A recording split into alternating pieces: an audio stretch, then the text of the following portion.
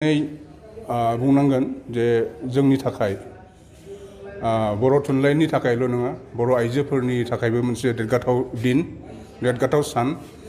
दिनैनि बायदि सानाव गांजिसे बिजाब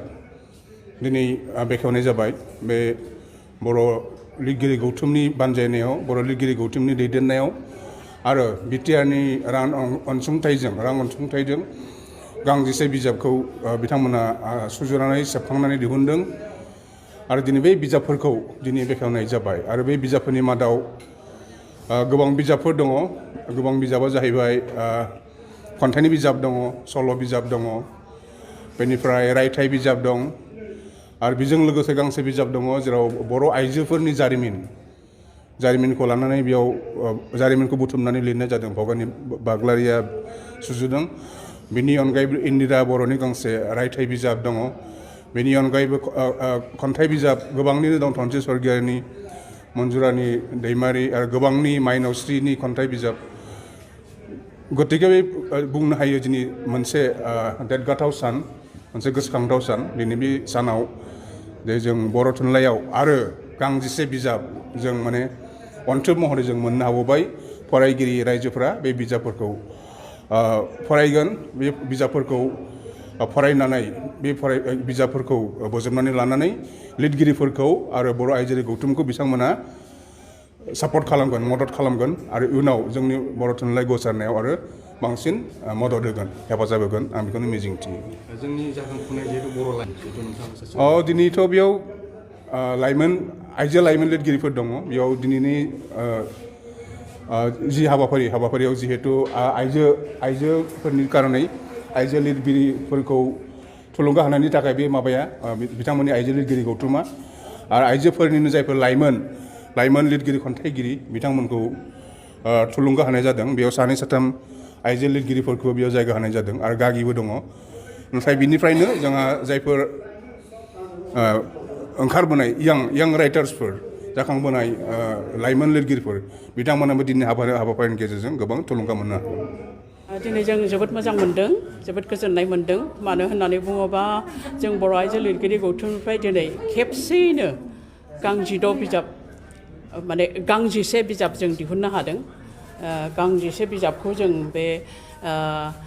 बड'लेण्ड हायुङारि गौथुमनि राङारि मददजों दिहुनदों आरो बे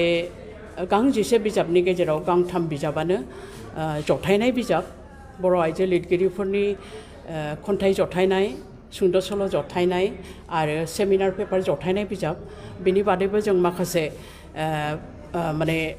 लिरगिरिफोरनि बिजाबफोरबो जों सेबखांदों दा थारैनो जों गोजोननाय मोनदों मानो होननानै बुङोब्ला जों नुनो मोनोदि बिजाबफोरखौ जोङो गावनि बिजाब दिहुननांगौब्ला गावनि पकेटनि रां खरसा खालामनानैनो जों दिहुननांगौ जायो आरो जेराव जोंहा बिजाब फरायग्रा बा बिजाब बायग्रायाबो एसे आंखाल नाथाय दिनै जोङो बिटिसि खुंथायनि जे राङारि मददजों बिजाबखौ जों बेखेवनो हादों बेयो जोंनि थाखाय जोबोद देरगाथाव आरो थुलुंगाथाव बाथ्रा बेनि थाखाय जों बर' आइजो लिरगिरि गौथुमनि जानानै आं बिटिसिनि गाहाय मावफुं सोद्रोमा मानगोनां प्रमद बर' बिथांनिसिम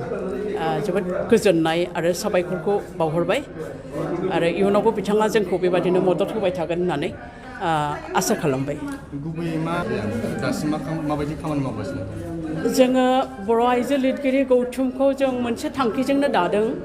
मानो होननानै बुङोब्ला जोंनाव बर' आइजोफोरनि बेबादि मोनसे एक्सक्लुसिभ आलादा बेबादि मोनसे गौथुम गैयामोन जोंनाव